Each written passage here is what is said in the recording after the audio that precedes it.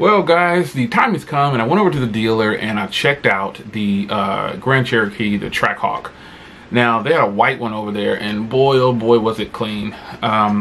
It checks a lot of boxes for a person who has some needs. If you want to go grocery shopping, you can go grocery shopping in this thing, and then you could possibly go to the track if you wanted to.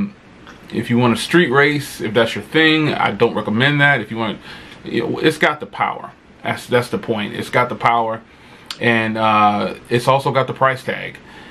For what it offers, though, really that $100,000 is just getting you some performance parts over the Jeep SRT8. Now, the Jeep SRT8 to me is probably going to be the smarter purchase for anybody who's looking for a fast utility vehicle. The SRT8 Durango is another good one. It's half the cost of a Trackhawk. You know, those are just really expensive Jeeps. And the sad part is the Trackhawks aren't doing very well. At the lot I have, now they only have one out front, and that one's probably been there. Well, there's several Dodge dealers where I'm at, but that one has definitely been there for a long time because they want 100 grand. And then think of all the other Trackhawks that they're not selling. And again, depending on where you live, a Trackhawk might be ideal for you. If you do a lot of mountain, if you live in snow, if you're in a area where the terrain might be, you know, rough at times, you'll need that all-wheel drive.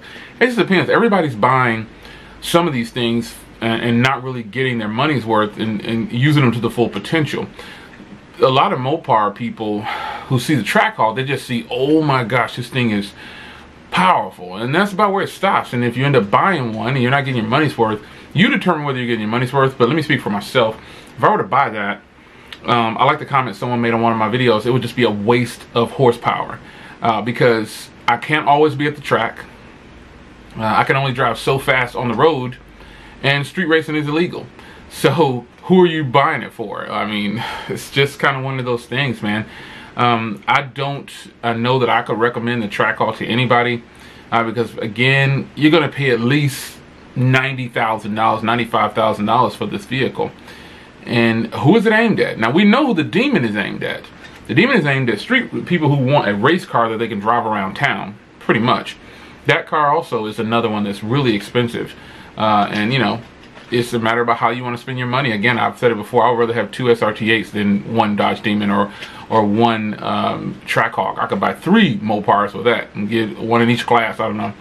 But if I were going to pick up a Trackhawk, I don't know what I would buy it for. I mean, it's a sweet vehicle.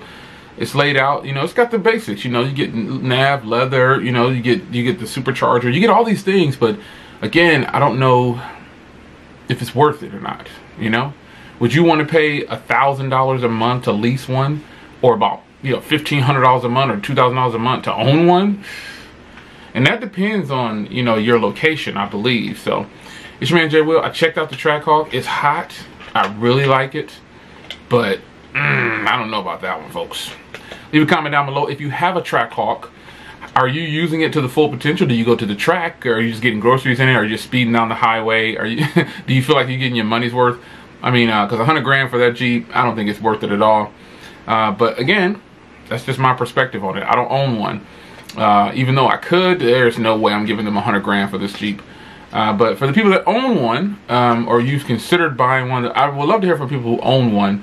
How do you feel about the Trackhawk? Do you really believe that you're getting your money's worth? Are you leasing it, or are you buying it? So leave a comment down below. It's your man Jay Will. I'll see you guys in the next video. Take care.